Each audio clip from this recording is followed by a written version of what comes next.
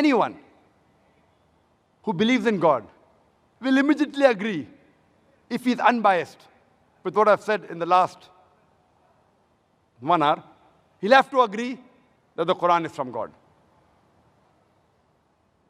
But what about a person who does not believe in God himself? If a person does not believe in God, where is the question of Quran being a word of God?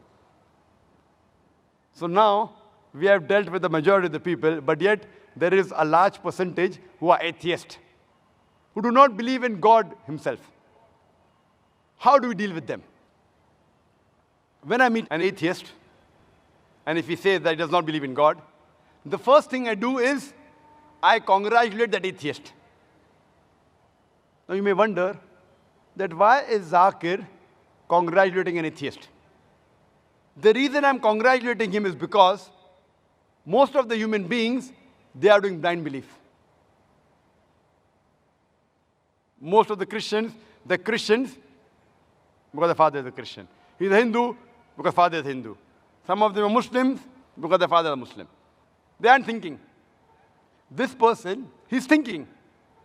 He may be coming from a religious background, but he may not agree that the God which his parents are worshipping is worth to be called as God. The reason I congratulate atheist is because he has said the first part of the Islamic Shahada, Islamic creed, La ilaha, there is no God. The only thing I have to do is prove to him illallah, but Allah, which I shall do inshallah. To the other non-Muslims, first, I have to prove to him that the God he's worshipping is false. So half the time I waste in trying to prove that the God he's worshipping is false. Here, half my job is done, La ilaha. Only thing left for me is illallah, and then Muhammad Rasulullah. But Allah and Prophet Muhammad, peace be upon the Messenger of Allah. Now this atheist, he rejects God because he has the wrong concept of God. Now anyone who says he does not believe in God, first I'll ask him, what is the definition of God? For anyone to reject anything, he should know its definition. For example, if I say, this is a pen, for you to say it is not a pen, you should know the definition of pen. If you don't know the definition of pen, you cannot say this is not a pen.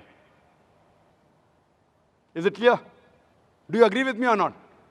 If I say this is a pen, for you to say it is not a pen, you have to know the definition of pen, otherwise, you cannot logically say it's not a pen. There was a smart person. He said, no, Brother Zakir. I know that's a book. So even if I don't know the definition of a pen, I can say it's not a pen. I know it's a book. So why should I know the definition of pen? So I said, fine. Do you know that's a book? He says, yes. I say, this is a kitab. He will say, no, it's not a kitab. He knows the definition of book, but does not know the definition of kitab. Kitab, in Arabic and Urdu, means a book. If I say this is a pen, knowing definition of a pen is more important than knowing what is this.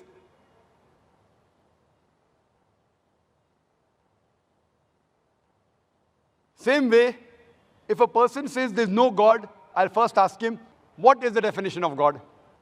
The definition they give is when they see that a God tells a lie, a God can be defeated, the God, he can be killed. So when we hear all these stories of God telling a lie, a God can be defeated, a God can be killed, a God can die, a God requires to eat. So they reject the God. Who are they rejecting? They're rejecting the false gods, La ilaha.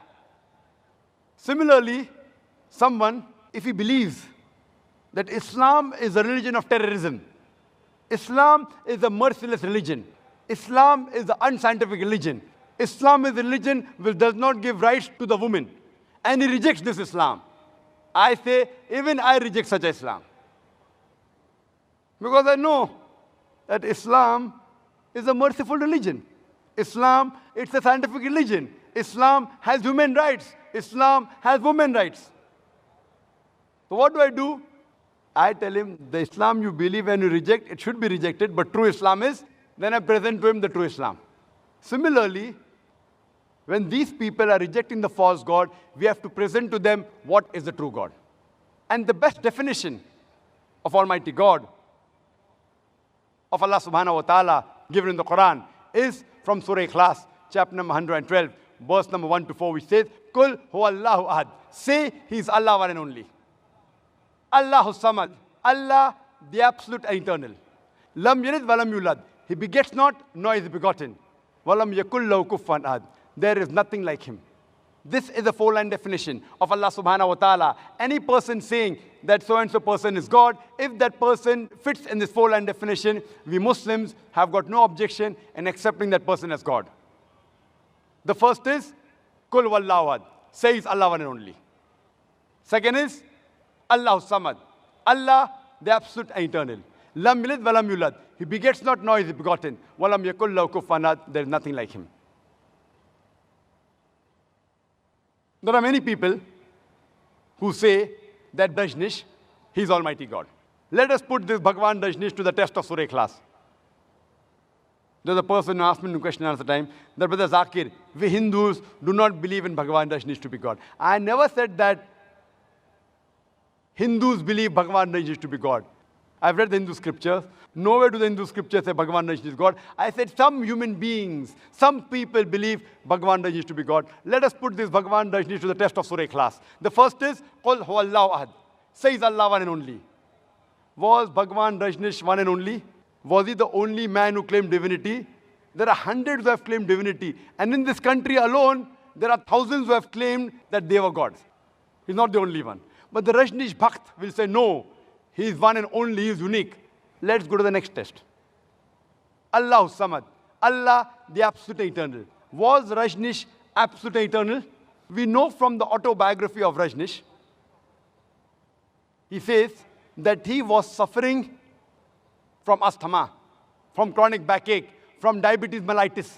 Imagine Almighty God suffering from asthma, chronic backache, diabetes mellitus. Third test is, Lam yalid walam yulad. He begets not, nor is he begotten. We know Bhagwan Rajnish. He was born in Madhya Pradesh.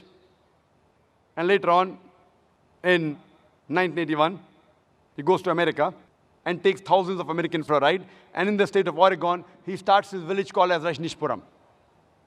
Later on, the American government, they arrest him and they put him behind bars.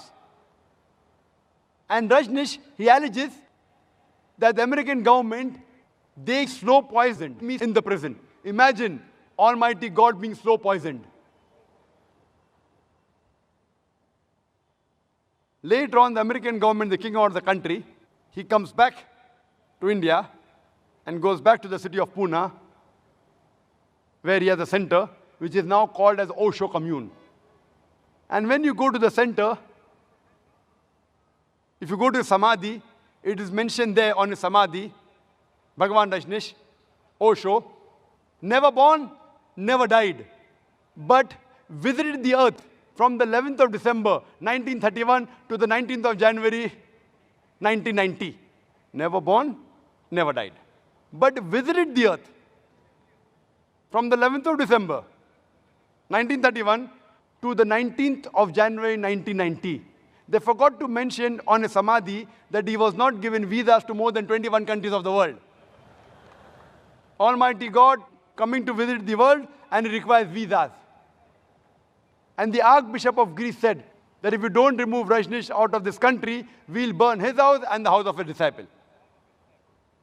And the last test, Walam yakul lahu kufuwan ahad, there's nothing like him, is so stringent that no one besides the true Almighty God can pass. The moment you can compare God to anyone in this world, to anyone in the universe, he's not God. Walam yakul lahu kufuwan ahad, there's nothing like him. Suppose someone says that Almighty God is 1,000 times stronger than Arnold Schwarzenegger. You might have heard the name of Arnold Schwarzenegger. the person who got the title Mr. World, the strongest man in the world, Mr. Universe, the strongest man in the universe. If someone says that Almighty God is 1,000 times stronger than Arnold Schwarzenegger, the moment you can compare God to anything in this world, whether it be Arnold Schwarzenegger, whether it be Dara Singh, whether it be King Kong, whether it be 1,000 times or 1,000,000 times, the moment you can compare God to anything in this world, He is not God. Walam yakul lahu kufuwan ahad. There's nothing like Him. You know Bhagwan Rajneesh, he wore white clothes, he had a beard, he had 2 eyes like the human beings, 1 nose, 2 hands. The moment you can compare God to anything in this world, He is not God. Walam yakul lahu kufuwan ahad. Otherwise, Allah says in the Quran, in Surah Isra, chapter number 17, verse number 110, Qulidullah abidur Rahman, ayyamata falal asmaul husna. Say, call upon Him by Allah or by Rahman. By whichever name you call upon Him, to Him belong the most beautiful names. You can call Allah by any name, but it should be a beautiful name. It should not conjure up a mental picture. It should be a name given by Himself. And this message, besides being mentioned in Surah Isra, chapter 17, verse 110, it's also mentioned in Surah Araf, chapter number 7, verse number 180, in Surah Taha, chapter number 20, verse number 8, as well as Surah Hashr, chapter 59, verse number 24, that to Allah belong the most beautiful names.